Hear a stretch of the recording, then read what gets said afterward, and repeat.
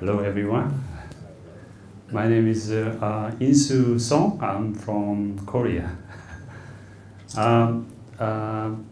About I think 25 years ago, I worked in Korea for 10 years for Samsung and LG for developing factory automation. So we developed like the semiconductor lines, and then at that time I remember that as a fresh university graduate engineer, have to spend every night and even weekends try to develop some sensors. And working in Korea is not easy. They always ask for overtime without any extra payments.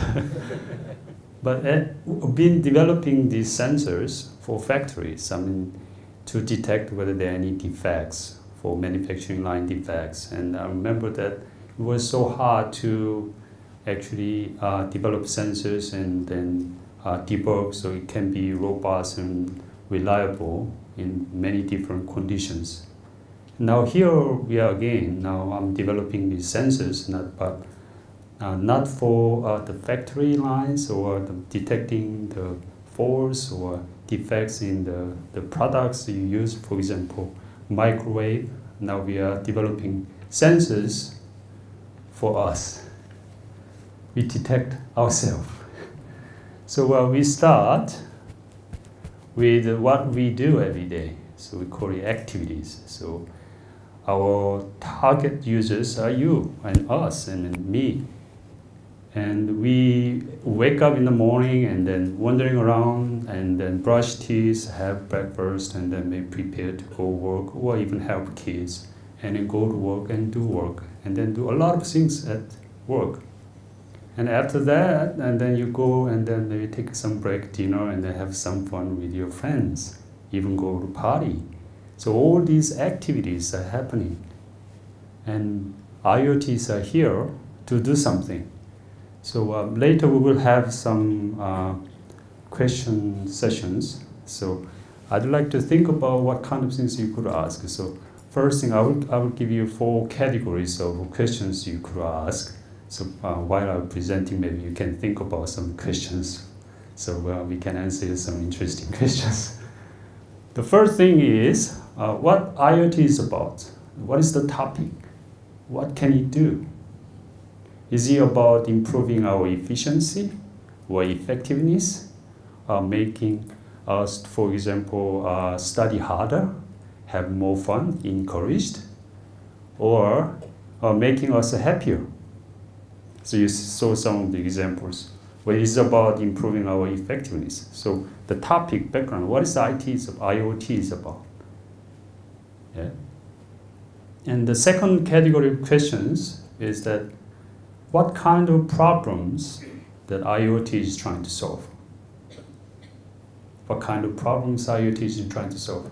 I said 25 years ago I've been developing sensors.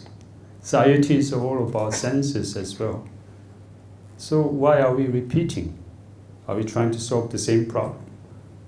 So what kind of problems IoT is trying to solve? And so third category now is how IoT provides solutions. What kind of solutions IoT is promising to deliver? That we've been doing this for many, many years. Yeah? And then the last category, the fourth category of questions, where are we now? What the IoT has been given us? What was the result? We saw some of the companies have been developing some technologies, some sensors, and infrastructures. So what's the result? Do you feel that IoT is helping you anyway? Or do you feel that it's going to be something that can change your life, make you happier, live longer, or reduce your company's cost? So 4 categories. What is IoT is about? IoT is about? What problem is it trying to solve? What kind of technologies or solutions is it trying to provide? What kind of things would you expect if IoT is everywhere? Yeah. And I'm going to share with you, since I joined about 7 years ago with my students, yeah, and we worked really hard to make some differences. And then our focus area is about saving lives. How can we save the children's life, or people who are aged, how to save so they can live more comfortable, better lives, even for developing countries like sub-Saharan Africa, or India, Bangladesh, or underdeveloped, underserved populations in the remote areas of Bangladesh, Indonesia, Vietnam, farmers who don't have actually no medical access to cell. So we try to provide whether IoT can provide solutions so that everybody can have equal or maybe healthcare access to, so we can provide healthcare services, so they can, less people die, live long, and then with better life. So I'm going to share with you some of the things we've been doing. So here, I highlighted some of the products. One of the products is a smart pillow. I put it on online, and then somebody in India came and said, "Hey, the product is available, please sell." Because one of our 90-year-old the senior member is suffering. Can this help? So the smart pillow. Another one, there's a dancing kangaroo. So we have these kangaroo toys we sometimes give to our students, and then maybe some people visiting. And we converted that into dancing kangaroo to make us happy. So when you feel depressed, when you feel angry, and then kangaroo detect that and try to cheer you up. Don't get depressed, life is good. Yeah. And we've been also going to remote areas in Bangladesh, India, Indonesia, and try to develop a technology that can detect pneumonia, bronchitis, and cold flu, so we can help them to prevent the early detection, and then try to prevent that bacterial resistance to antibiotics, so we can provide constant monitoring. And I will share with you more details now. About 7 years ago, when I joined, of course before that, everybody started to have mobile phones. So there's a high demand, so whenever I go, they ask, "Hey, what do you do?" I say, "I'm IT guy." I say, "Hey, then can you develop app? Can you develop restaurant booking applications? Can you develop payment systems? Can you develop something that can detect whether I'm healthy or not?" The mobile phone application. Wherever I go, everybody asks for applications. I'm pretty sure that you one time thought about, hey, this application would be good. Because you have the device on your hand, right? And you can think about all sorts of things you can do with it. Education. Yeah? The mobile device can teach you. You can pay, right? You can book hotels. You can book restaurants. Yeah? You can chat with your friends. You can communicate more effectively. Now IoT is expanding this. So mobile phone, $500. Now the price of mobile phones, think about $1. And you can place mobile phone everywhere. Is that right? You can place on the chair. So when you sit on the chair can tell how heavy you are, how many times you sit. Yeah? That's basically IoT. The price for mobile phone connected devices drops. So you can place everywhere. You can place on the doors, chairs. Yeah? You can even place on your toothbrush. Yeah? So after about 3-4 years ago, I started to notice differences. People don't ask apps anymore. What do they ask? People like the Dr. Guan Ko, he's a neonatal intensive care unit doctor, who's the baby doctor, we call it baby doctor, who take care of the early born child in the intensive care unit. And he's Dr. Guan Ko. He contacted me several years ago and said, "Hey, I saw your breathing sounds detector. I'm having this technical issue." So he said, he's been a baby doctor for about 25 years, and he studied in Oxford and Cambridge. And then he's having nightmares every day because he sees in front of his eye about 2,000 babies die every year. and he cannot do anything about it. So he went to Oxford. Hey, can you develop this? The Oxford IT, the research guy says, hey, that's too difficult. He went to Cambridge. He asked also, hey, can you develop this? And he said, it's too difficult. He recently went to General Electric. General Electric developed all kinds of remarkable medical devices, including CT, MRI scanners, yeah? But they couldn't develop this simple device. 1,000 children every year. So he was, heartbroken. But I said, yeah, I will help you. I will work on this. So we've been working on for about 2 years, constantly exchanging messages. Of course, with Lego fundings, it's very slow, but we made a remarkable progress recently, so I will share with you some good news. So whenever I go now, what people ask, can you develop this sensor? Can you develop something that you can detect this? Yeah? Not app anymore.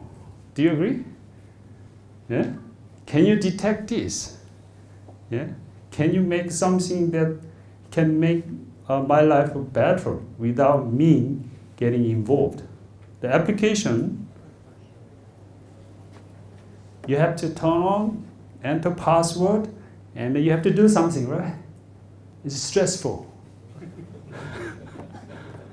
So they say, if I want to do like a monitoring whether somebody is passing in front of my house, whether my dog is eating well, whether he's going to do pee on the carpet, I don't want to, manually monitor. I want something take care of itself, right?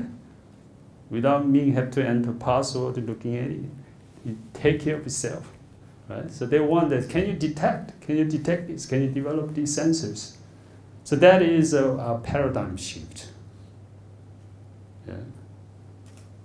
Instead of asking for app for mobile phone, now they want something they can detect and take care of itself. Yeah.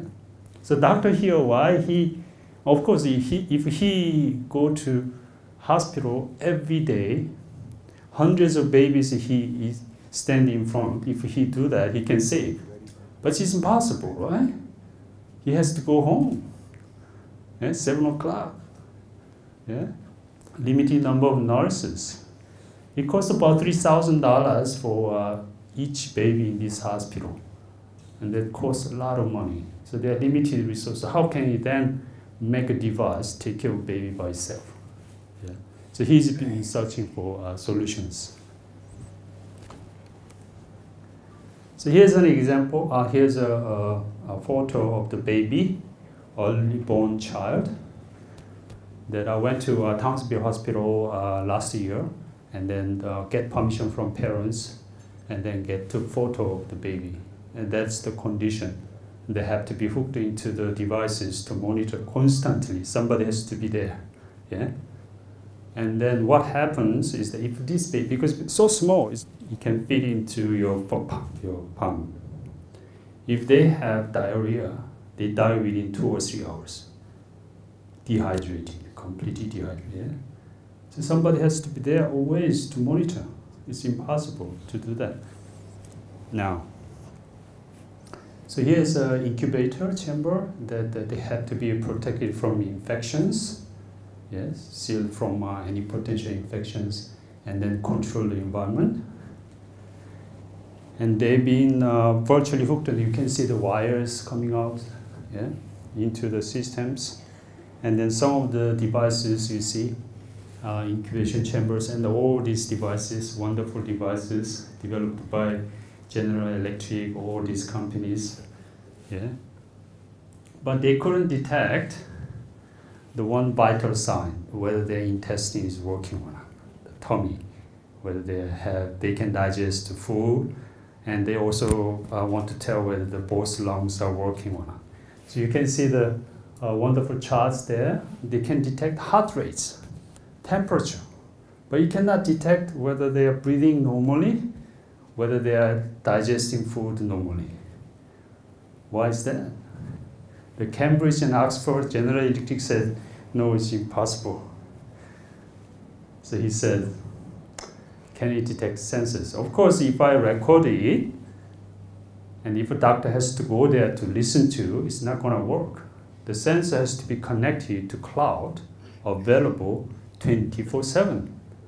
Not only that, it has to work by itself. Dr. Guan always cannot check, right?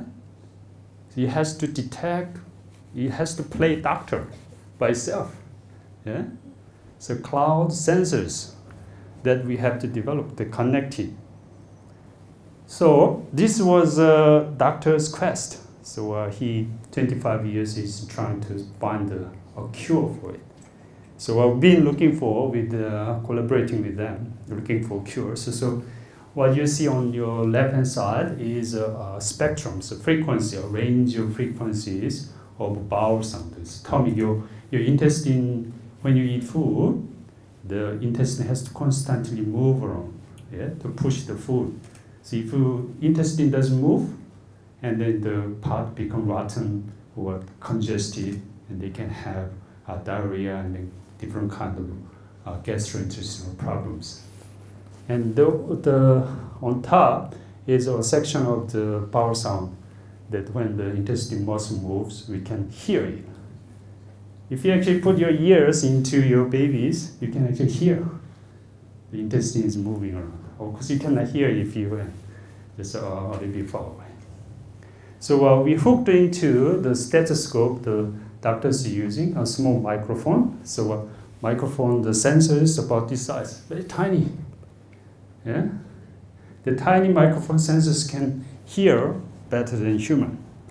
So we've been collaborating with different researchers and engineers all over the world.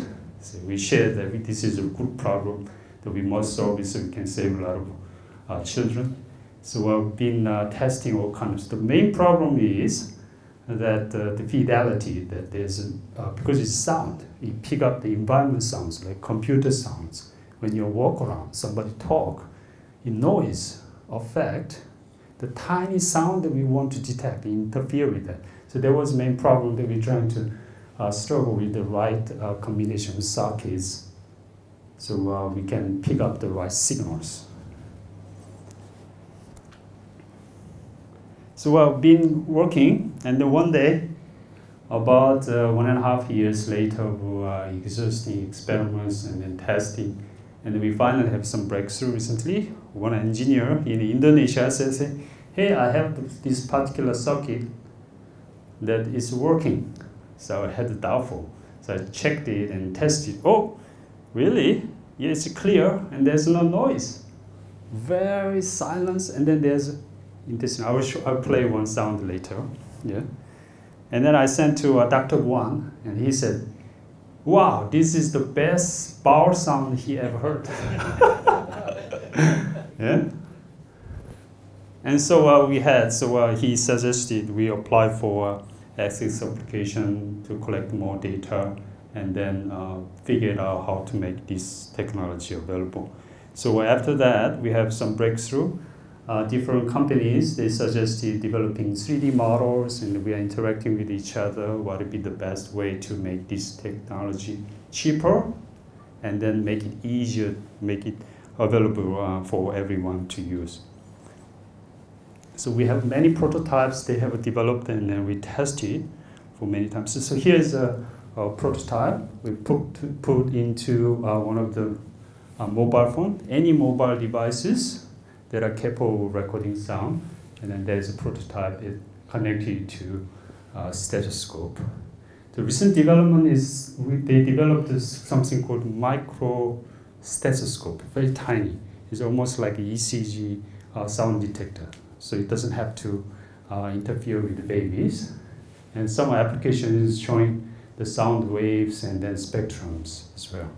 So we are hoping that the application will run 24/7, attached to babies hooked into the incubation chamber and monitor 24/7. If something goes wrong, send an SMS message to doctor or nurse, so they can now take care of 100 babies, 200 babies, 500 babies, so less cost, and then pay attention to those who need most. So I will play. Let's see whether it will play.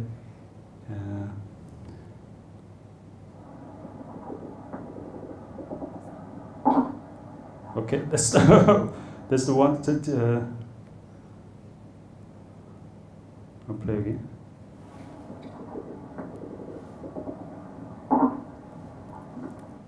So do you hear that?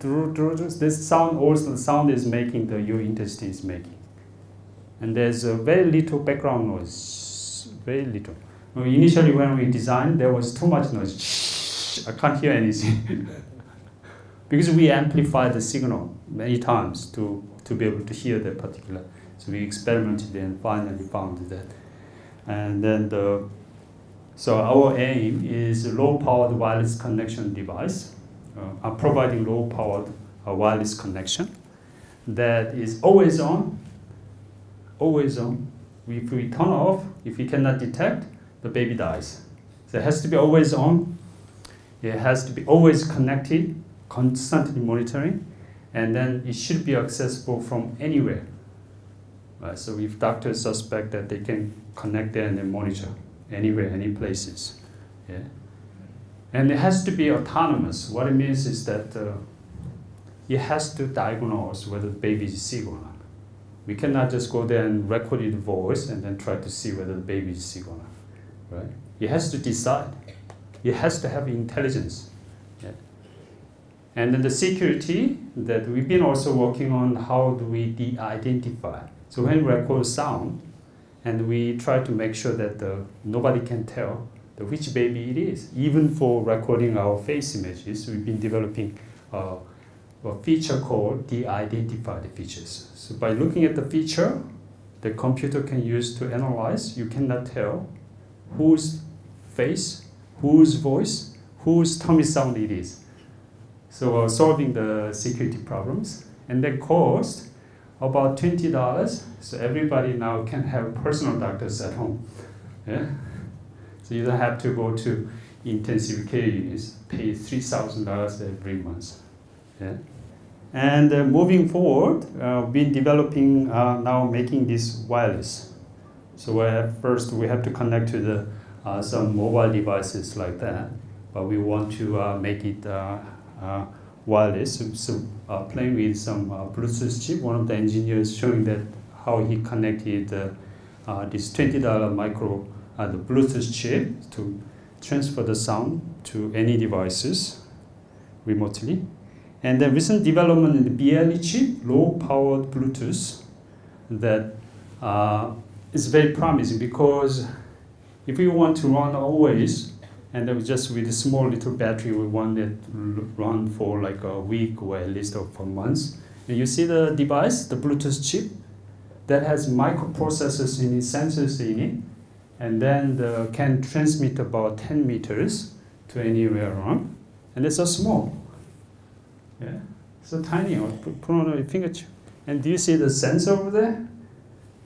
You combine that too. Now imagine you can place that anywhere. Yeah, you can hear your snoring sound, your lung sound, your bowel sound, your heart sounds. Our body make a lot of bio sounds. We can constantly monitor. We can also detect heart rate, right? We can also detect whether you have hypertension or not. You can detect the blood flow in our vessels. Yeah? And here is a prototype of micro stethoscope. The stethoscope size of your fingernail, not the usual stethoscope you see in the doctor's office. Yeah? And then placed under this the heat protector, so we put that so to insulate the sound from the environment. And they can be placed on the lungs, left lung, right lung, and then intestine area, heart, and so we can monitor the all vital signs of baby. And recently we have published a paper, so one of my students over there, very proud of his paper. And then we have also made our own breakthrough, because usually we have to listen to bowel sound for at least about 10 or 20 seconds or even 1 minute. And then somebody actually tested that, how well the medical doctors can tell whether the baby is sick or not. And then the accuracy is less than, the doctor's accuracy is less than 70%. What did I put there? 65%. So do you trust your doctors now? They couldn't tell whether it's a good or bad bowel sound. They have to train it, extensively in the training. And so we trained our machine on the, correct bowel sound, not normal bowel sound, abnormal bowel sound. We trained the machine.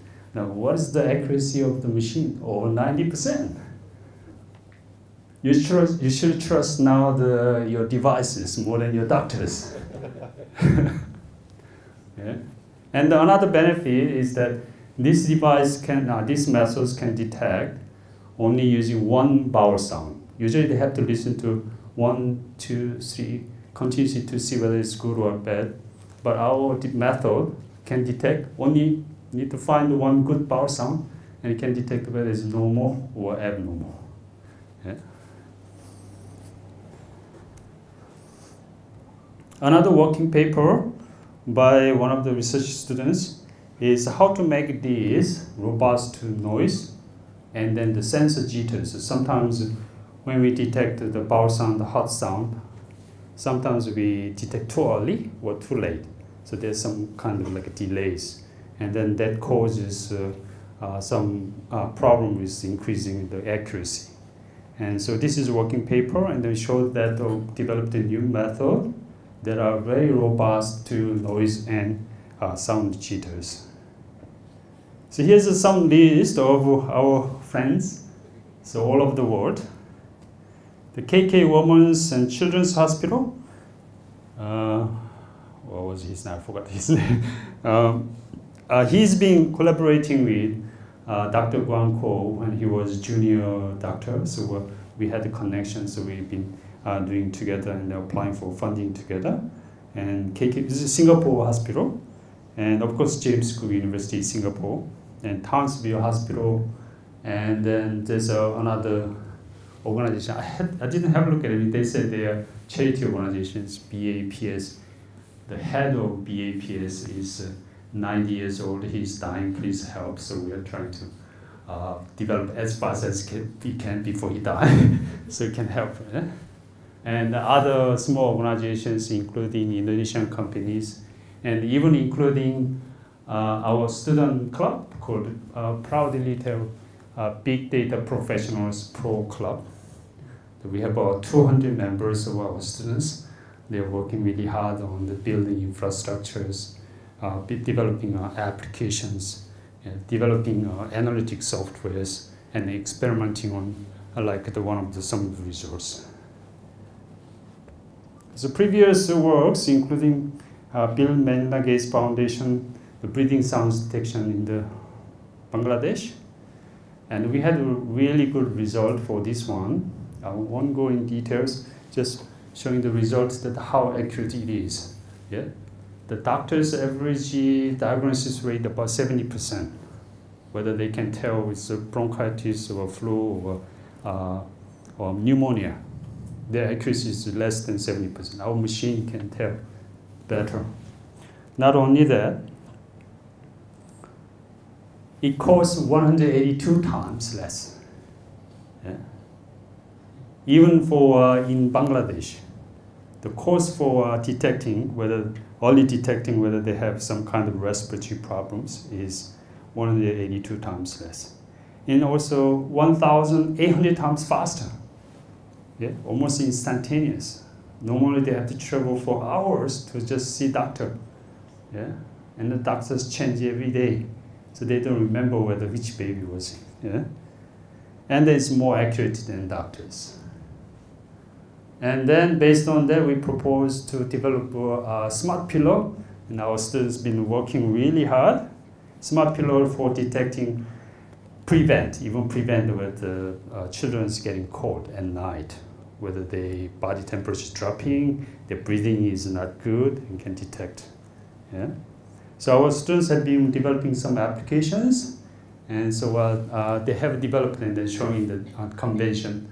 They explained how the smart pillow, there's a pillow there, baby pillow with sensors attached.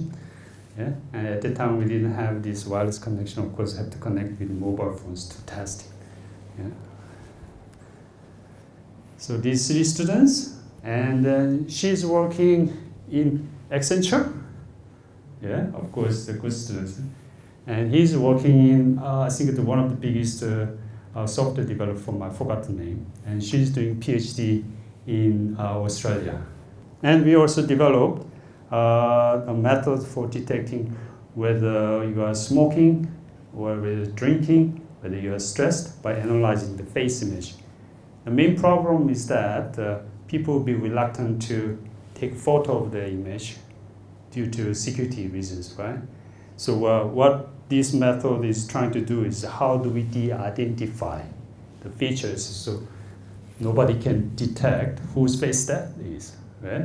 Only detect some abnormalities and then send those information to server and then through the proxies so nobody can identify the location of the sender, but you can get the result back. And it's showing that the correlation between some of the health conditions and then our particular measure from the features. And we have this dancing kangaroo that try to cheer you up when you are depressed or doesn't feel happy. So here's one of the kangaroos that showing that the nose up. Yeah, we experimented. So this robot, you see all the wires and put into the robot, and then connect to the device which can detect our face emotions, and then testing on the real subjects. One of the associate dean in the psychology, we collaborate with them, and she's actually trying to test whether she's depressed, and then the kangaroo dances try to cheer up. Yeah. And many other projects that's related to online analytics, remote detection of learning activities as well, and the 3D visualization of learning activities. So what students are doing. So here's our members, our team at JCU. So me and then my students working together. So here's a photograph. Yeah, thank you.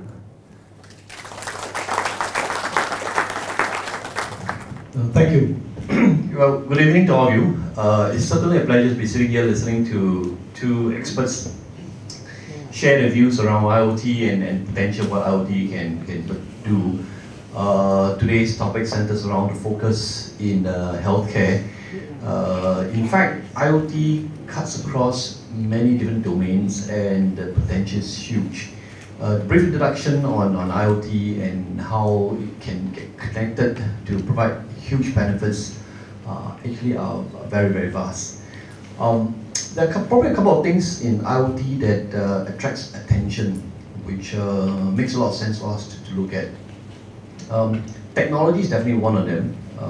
You saw in the earlier presentation many different devices, chips, components that can be put together. One aspect of IoT deployment that we all need to think about very seriously is how does it affect the processes that we go through. With some of these devices being put in place, the protocols and the type of workflow that we're so used to today may need to be adapted accordingly to fit and to properly apply the technology to get the right results. The other aspects of deploying IoT is really in the area of the skills that's needed to participate in a successful deployment of IoT. Right?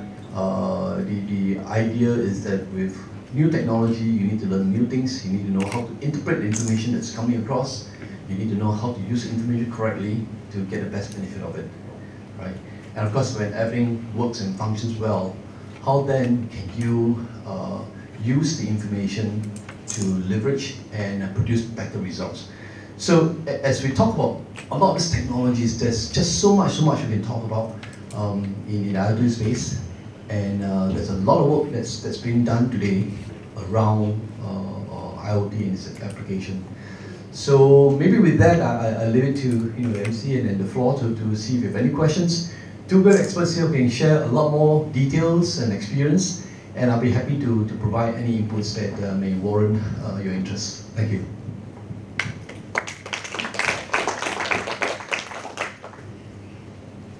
have any questions from the floor?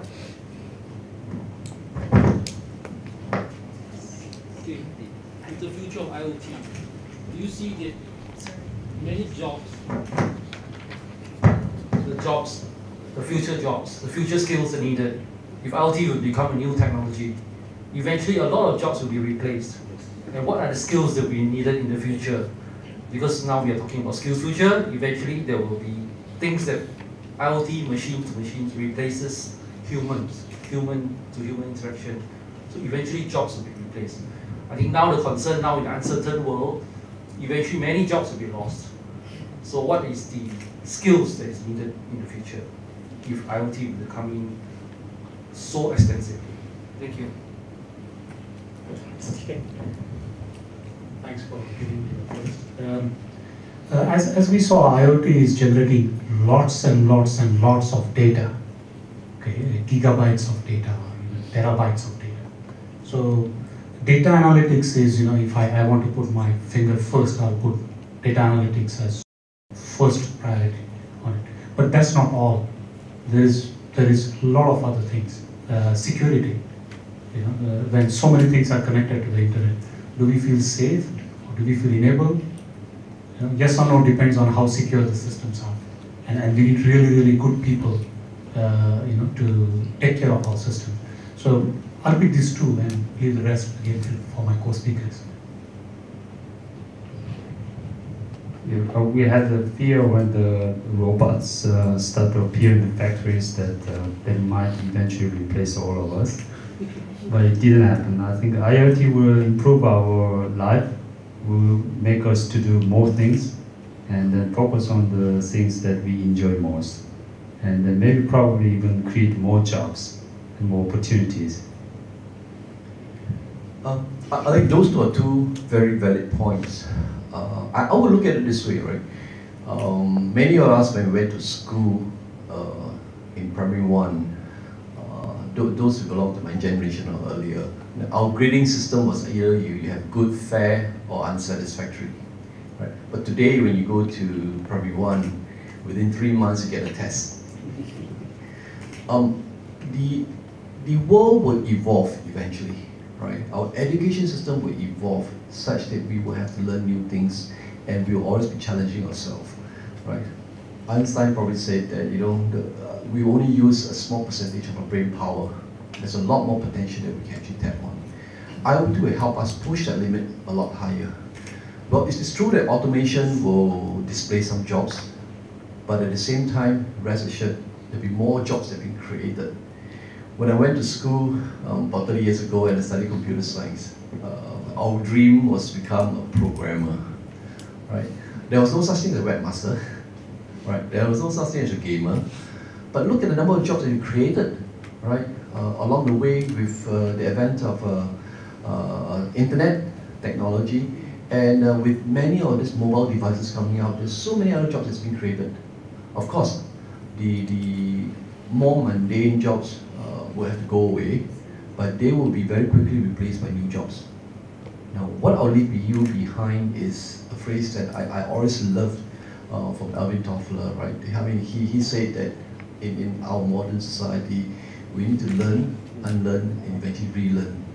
And to everyone, student in the hall today, and all of us in fact, what we learn today, tomorrow will quickly become obsolete. And we need to unlearn and forget those things that we learn, and learn new things as we go along. And learning is a journey that probably never ends. And as long as we keep ourselves upgraded, look at skills future, look at the needs of our new competency that we need to put in place, we'll always have very rich life, fun, and our quality of life will increase along the way as well. So I'm not too afraid of that, losing jobs. I think what we should look forward to is new jobs, new opportunities, new exciting things that we can do with technology coming in the way. Next question. Yes. Hello. It's concerning the question, how would IoT provide solution? I'm concerned with how would IoT prevent or alert elderly falling? What kind of, how would you, preempt preempt it, and how would you arrest it, and how would you solve it? You asked $1 million question.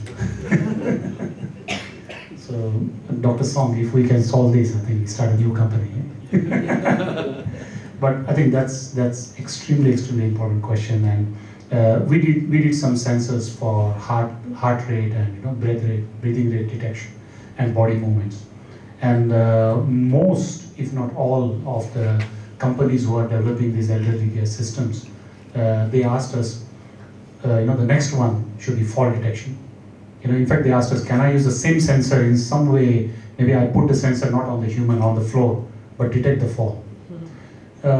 Today, the science, or let's say the technology, is at a stage where we can detect the fall. And it has to evolve, it will improve eventually, where you can detect a fall before it's happening and take some action. But at the moment, the technology is at detecting the fall. We ourselves, Sharp, we are developing some sensors, actually sensor modules, which can detect the movement of the body. So you wear the sensor somewhere near the chest area, let's say in a short pocket of a man, or we have to develop some arrangement for women. And as you bow, or as you crouch, sit down, or as you walk, it detects.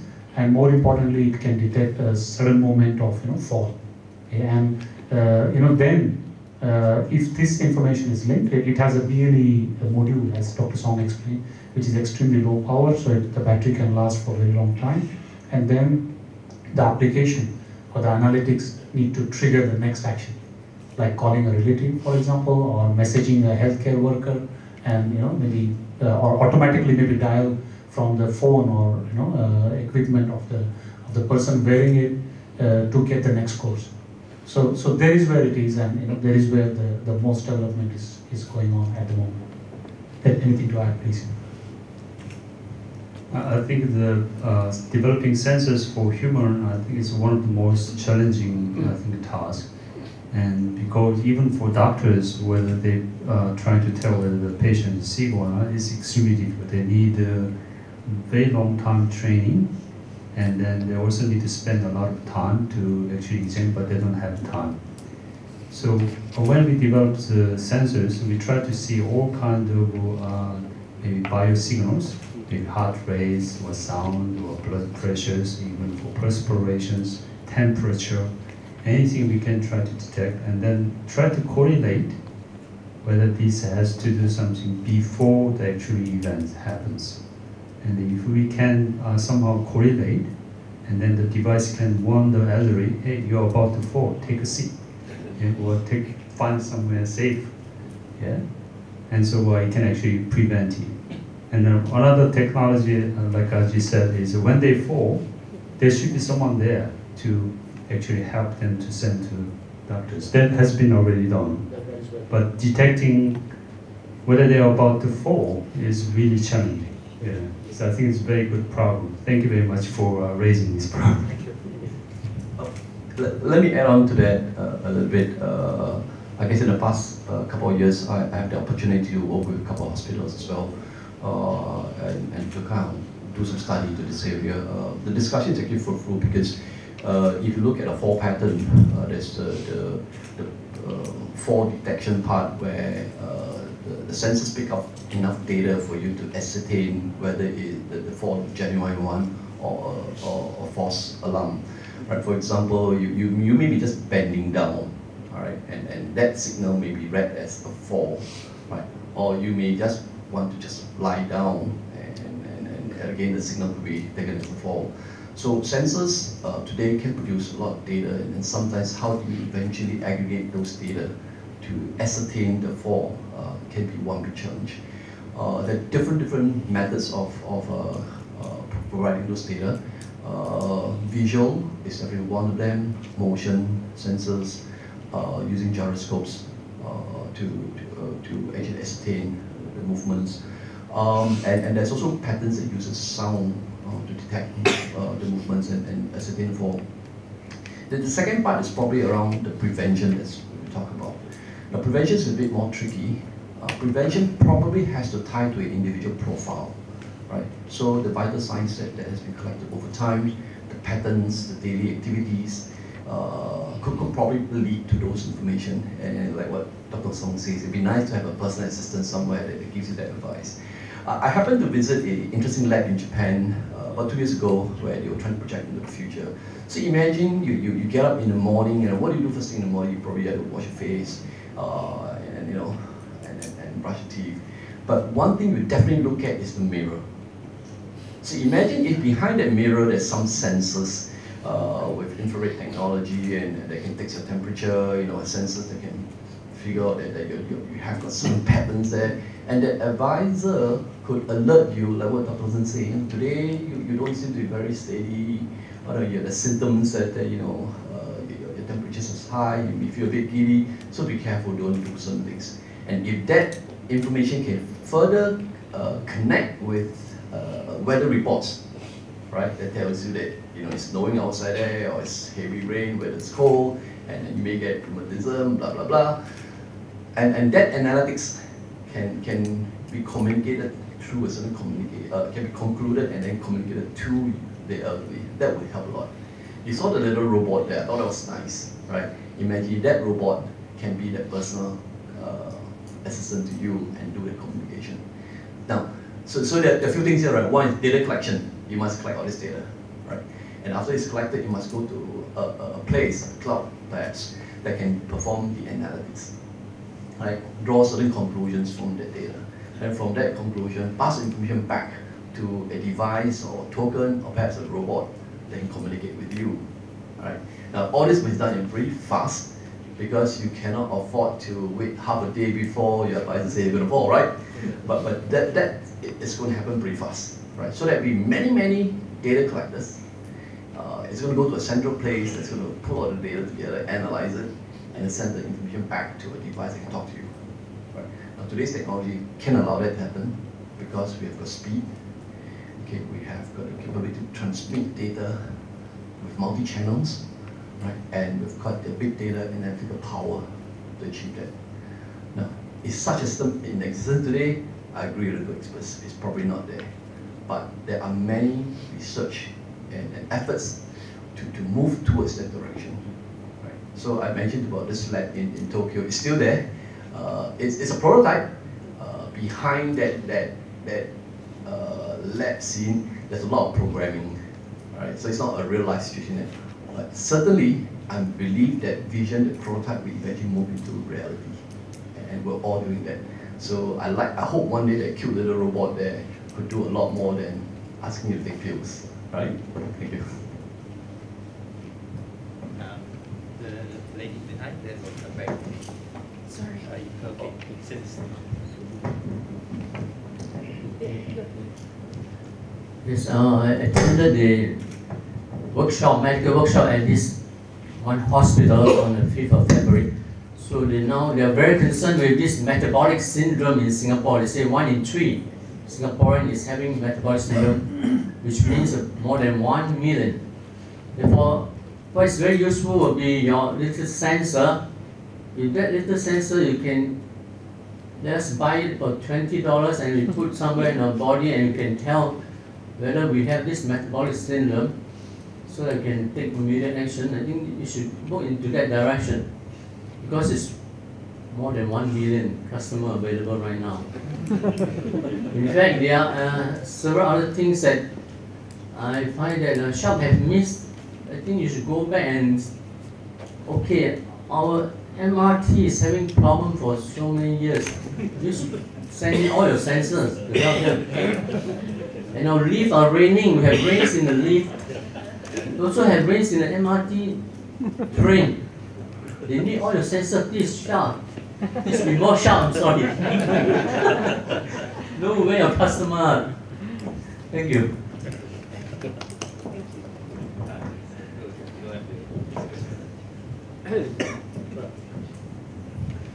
I think you highlighted a lot of daily life issues, and I think very good point that technology need to address these daily little pains. And what I can take from Oliver just said is just technology is getting there.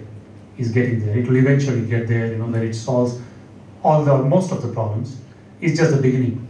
So there are a lot of sensors being developed, under development, under prototyping. I think in the years to come, we will see a lot of things, and I hope to have another discussion with you a couple of years down the line, and see you all smiles, and perhaps the kangaroo helps you as well. Yeah. Let me add on an imagination here, right?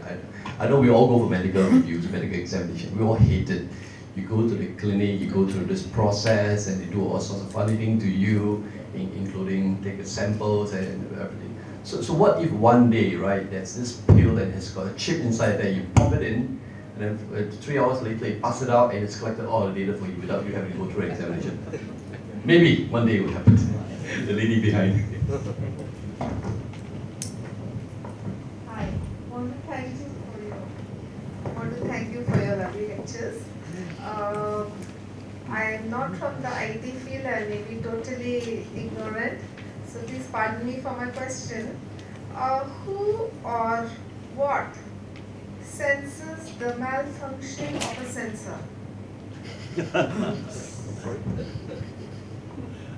Let me attempt to handle that question first. Yeah, that's a standards question. There are different aspects of looking at that issue. It also depends on the industry that's been applied into.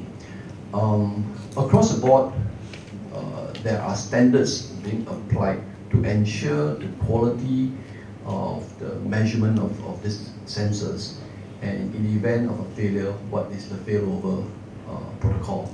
So there are efforts over that.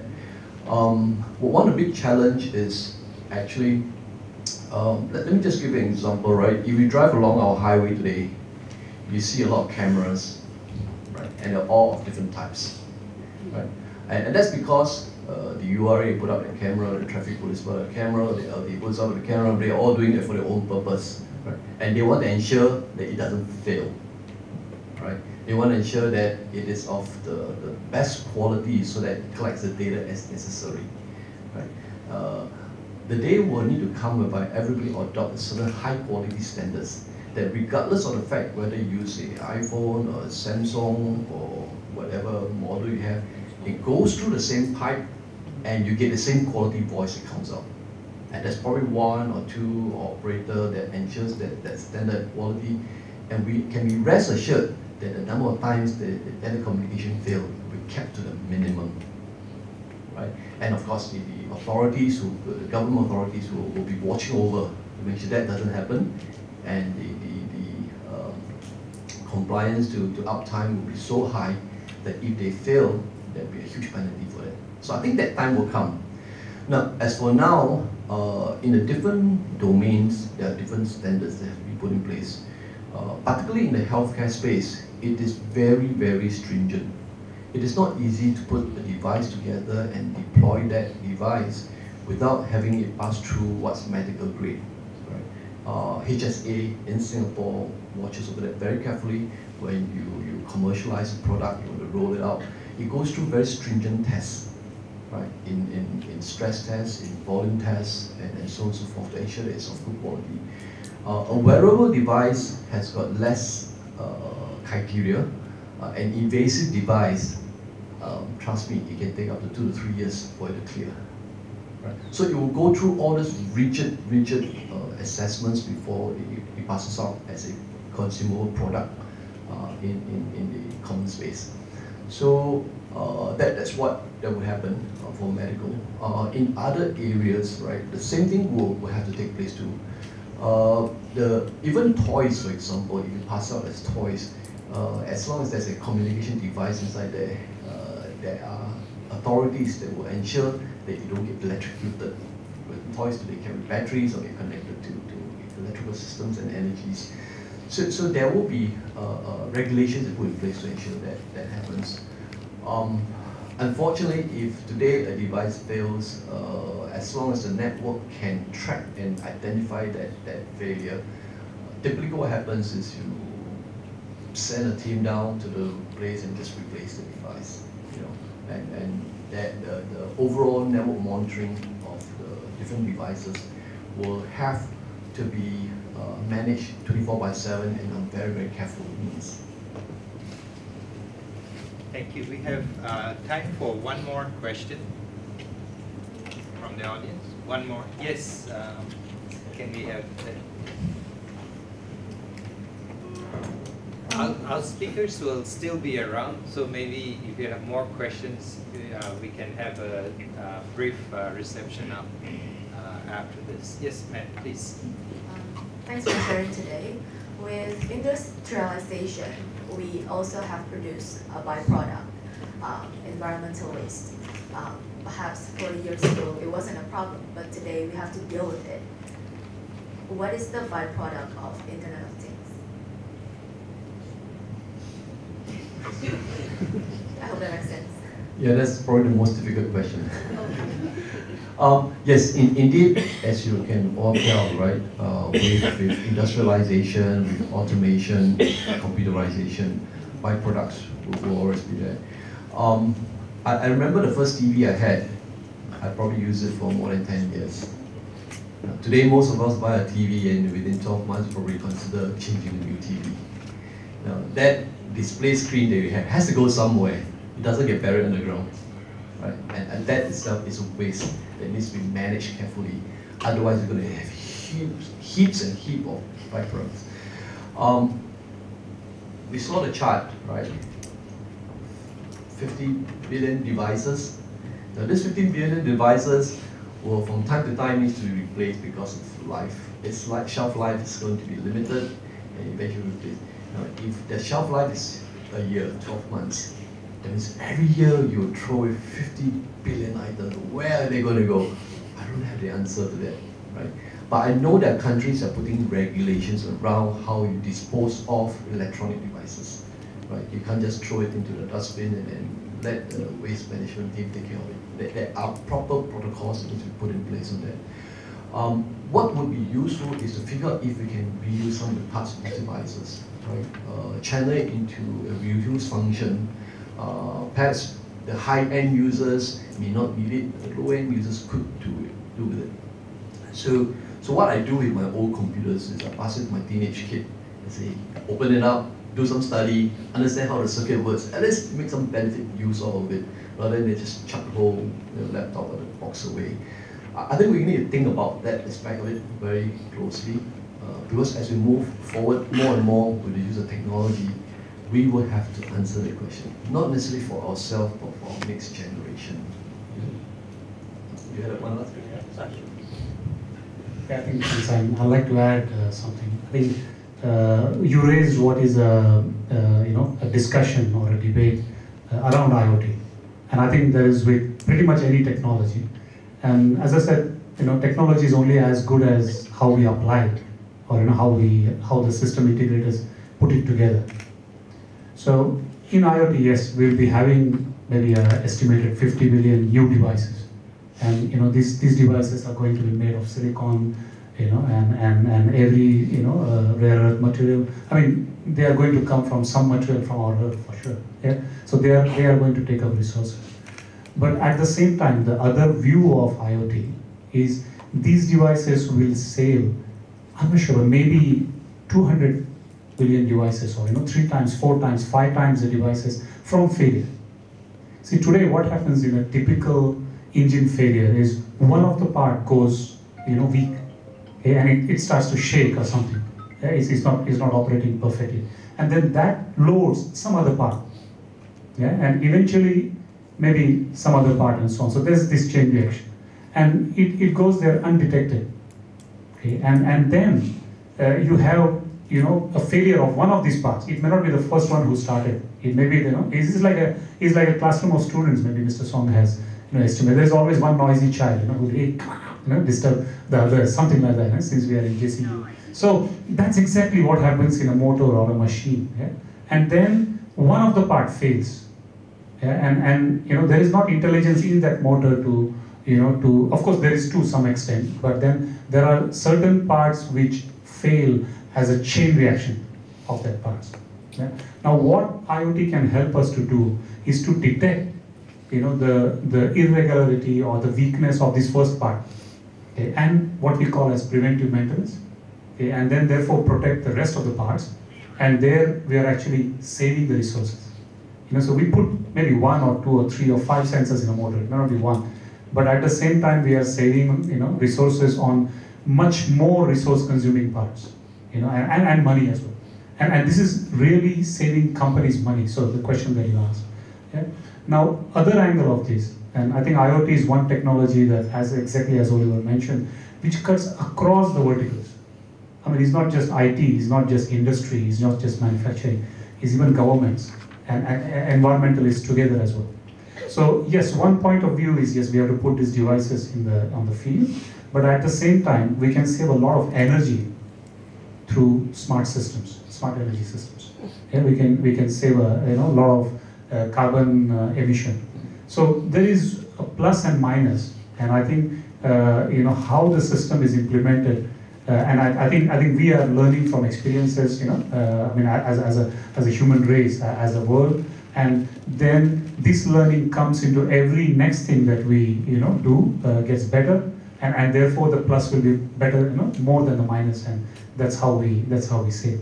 And a little last addition, sorry, perhaps if my answer is too long, especially on the last question, but on the phone or on the computers that we use, these are really computing devices, and we need the computational power to be up or upgraded, every now and then, or with a certain estimate, because it has to keep pace with the other devices.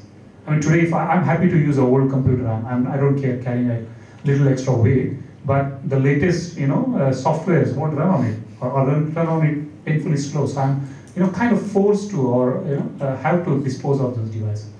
But in an IoT implementation, a lot of these devices are very simple devices. These are individual sensors, which, yes, as Oliver mentioned, if they are tested well, if they are approved well, if they are really put to rigorous, evaluation, they can really last a long time. And they won't need a replacement just because, to keep pace. What will need replacement is the analytical layer. You will always have more artificial intelligence and more machine learning and more, smarter processes, but they are more at the analytical level, and we won't touch a lot of these devices. I won't say all, but a lot of these devices can keep working for a longer time. So that's a wider perspective from an environmentalist point of view, if I may, say. Thank you. I will have got short answers. And for healthcare, and in New York now people get old. Even cancer patients, now we have technology to sustain them until hundreds of years, even cancer patients. Because by shutting down some possible body parts can prolong. And then amount of money we have, the government, US government have to spend is about $5,000 every month. With now the new devices coming in, maybe that cost can be reduced. Like the monitoring systems for babies, for monitoring system for elderlies, we can reduce the cost. With the reduce the cost, we can use that money to clean up the e-waste.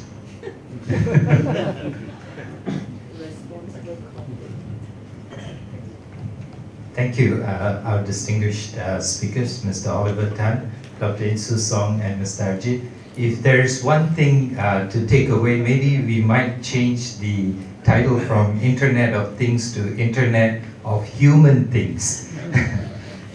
Thank you very much for attending this public series 2017. We welcome you to our next series to be announced at a later date. Thank you and have a pleasant evening.